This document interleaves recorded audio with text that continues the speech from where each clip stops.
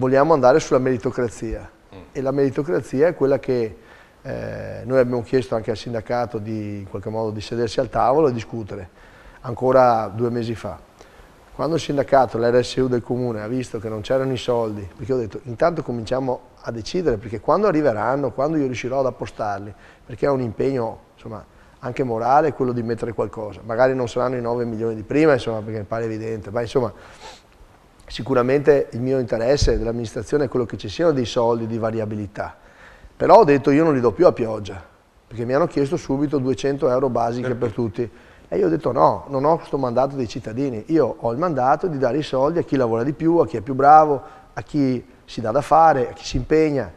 E evidentemente ogni mansione avrà una sua logica, e per cui una sua logica anche di misurazione, che speriamo insomma, sia il più oggettivo possibile. Poi è chiaro che deve esserci anche insomma, un lavoro, una misurazione di squadra per capire un po'.